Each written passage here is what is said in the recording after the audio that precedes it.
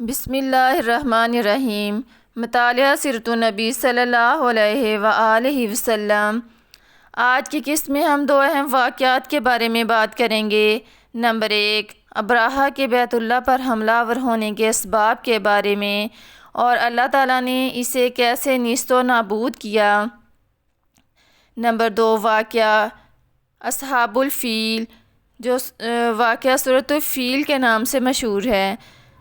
زمزم کے کنویں کی ملکیت حاصل کرنے کے علاوہ عبد المطلب کی زندگی کا دوسرا اہم واقعہ ابراہہ کا بیت اللہ پر حملہ آور ہونا تھا۔ تاریخ میں اس واقعہ کو واقعہ فیل کے نام سے یاد کیا جاتا ہے۔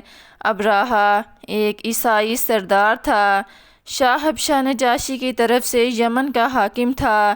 اس نے دیکھا اہل عرب حج کے لیے مکہ مکرمہ جاتے ہیں اور بیت اللہ کا طواف کرتے ہیں، تو اس نے عیسائیت کے مذہب کی فروغ کے لیے یمن شہر صنعاء میں ایک عظیم الشان کلیسا یعنی گرجا گھر تعمیر کروایا، جسے عرب مورخین الکلیس اور یونانی الکلیسا کہتے ہیں۔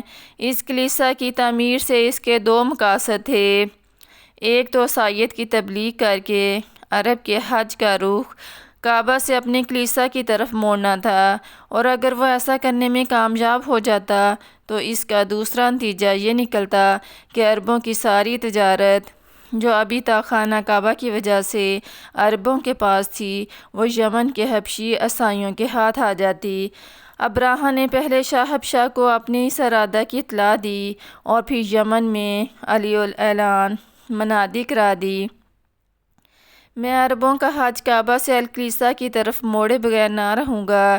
اس کے اعلان پر غضبناک ہو کر ایک عرب حجازی نے کسی نہ کسی طرح ابراہہ کے گرجا گھر میں گھس کر رفع حاجت کر ڈالی۔ اپنے کلیسا کی اس توہین پر ابراہہ نے قسم کھائی کہ میں اس وقت تک چین سے نہیں بیٹھوں گا جب تک کعبہ کو گرا نہ دوں۔ اس کے بعد سن 570 عیسوی کے آخر میں وہ 60,000 فوج اور 13 جسیم ہاتھی لے کر یمن سے مکہ پر حملہ آور ہونے کے ارادے سے نکلا۔ راستے میں دو عرب سرداروں نے اس کا مقابلہ کرنے کی کوشش کی، مگر شکست کھائی اور ابراہہ کسی طوفان کی طرح مکہ کے مضافاتی مقام المغمس میں پہنچ گیا۔ یہاں ابراہہ کے لشکر نے پڑاؤ ڈالا اور چند دستوں نے اس کے حکم پر مکہ کے قریب لوٹ مار کی، اور اہل تہامہ اور قریش کے بہت سے مویشی بھی لوٹ لیے گئے، جن میں مکہ کے سردار آپ صلی اللہ علیہ وآلہ وسلم کے دادا حضرت عبد المطلب بن ہاشم کے 200 اونٹ بھی شامل تھے۔ اس کے بعد جب حضرت عبد المطلب کو ابراہہ کے ارادے کی خبر پہنچی تو وہ خانہ کعبہ گئے اور ان خانہ کعبہ کی دیواروں سے لپٹ کر بہت روئے اور دعا کی، اے اللہ اپنے گھر کی حفاظت فرما، اور پھر چند سرداروں کے ساتھ ابراہہ سے ملنے کے لیے گئے۔ حضرت عبد المطلب بہت خوبصورت اور شاندار شخصیت کے مالک تھے۔ ابراہہ ان کی مردانہ وجاہت سے اتنا متاثر ہوا کہ اپنے تخت سے اتر کر ان کے پاس آ کر بیٹھ گیا۔ پھر آپ سے پوچھا، آپ کیا چاہتے ہیں؟ انہوں نے کہا، میرے جو اونٹ پکڑ لیے گئے ہیں، میں اپنے ان اونٹوں کی واپسی چاہتا ہوں۔ ابراہہ ان کی بات سن کر سخت متعجب ہوا اور کہا، آپ مجھ سے اپنے 200 اونٹوں کی واپسی کا مطالبہ تو کر رہے ہیں، مگر اس بیت اللہ کا ذکر نہیں کرتے جو آپ کے اور آپ کے آباء و اجداد کے دین کی بنیاد ہے۔ میں اسے گرانے آیا ہوں، مگر آپ کو اس کی کوئی فکر نہیں۔ یہ سن کر عبد المطلب نے کہا، ان اونٹوں کا مالک میں ہوں، اس لیے آپ سے ان کی واپسی کی درخواست کر رہا ہوں۔ کعبہ کا مالک تو اللہ تعالیٰ ہے، جو اس کی حفاظت کی پوری طاقت رکھتا ہے۔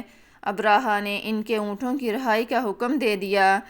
عبد المطلب اپنے اونٹ لے کر مکہ مکرمہ روانہ ہو گئے اور قریش سے فرمایا، واپس آئے اور قریش سے فرمایا تم لوگ پہاڑوں کی چوٹیوں اور گھاٹیوں میں چلے جاؤ۔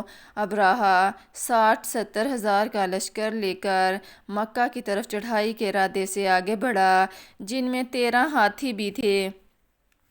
اس لشکر نے مکہ کے قریب پہنچا تو محمود نامی ہاتھی نے مکہ میں داخل ہونے سے انکار کر دیا اور وہیں مکہ سے باہر بیٹھ گیا۔ ایسے میں اچانک بحیرہ کلزم کی طرف سے پرندوں کا ایک جھنڈ نظر آیا۔ ان کے پنجوں اور چونچوں میں کنکریاں تھیں۔ جن سپاہیوں پر کنکریاں پڑتی ان کے اعضاء کٹنا شروع ہو جاتے۔ ان کنکریوں کی وجہ سے ابراہہ کی فوج کا جو حشر ہوا وہ تاریخ میں نہایت حیرت ناک بات ہے۔ خود ابراہہ گرتا پڑتا صنعا تک پہنچا، واپس پہنچا اور نہایت دردناک عذاب میں مبتلا ہو کر یمن میں مرا۔ یہ جگہ مینا اور عرفات کے درمیان واقع ہے۔ اس جگہ سے حاجیوں کو تیز چلنے کا حکم ہے، کیونکہ یہاں پر اللہ تعالیٰ کا عذاب نازل ہوا تھا۔ یہ وادی ابراہہ وادی کے نام سے مشہور ہے۔ عربوں کے ہاں اس سال کو عام الفیل کہتے ہیں۔ ایک مدت تک یہی تکریمی سال مشہور رہا۔ اس واقعہ کے 25 روز بعد حضرت محمد صلی اللہ علیہ وآلہ وسلم کی ولادت بعثت ہوئی۔ قرآن کریم میں یہ واقعہ سورۃ الفیل میں بیان ہوا ہے، جس کا ترجمہ اس طرح کیا جاتا ہے: کیا آپ نے نہیں دیکھا کہ آپ کے رب نے ہاتھی والوں کے ساتھ کیا کیا؟ کیا اس نے ان کی تدبیر کو نامراد نہیں بنا دیا؟ اللہ نے ان پر پرندوں ابابیل کے جھنڈ بھیجے جو ان پر کنکر مٹی کی کنکریاں پھینکتے تھے۔ اس طرح اللہ تعالیٰ نے ان کو کھائے ہوئے بھوسے کی طرح کر دیا۔ اس واقعہ سے یہ بات ثابت ہوتی ہے کہ خانہ کعبہ یعنی بیت اللہ اور قرآن پاک کی حفاظت کا ذمہ اللہ تعالیٰ کے سپرد ہے اور اللہ تعالیٰ ہی ان کے ذمہ حفاظت پر مامور ہے۔ کوئی بھی چیز، کوئی بھی شیطانی طاقت ان کو نقصان نہیں پہنچا سکتی۔ مطالعہ سیرت النبی صلی اللہ علیہ وآلہ وسلم جاری ہے۔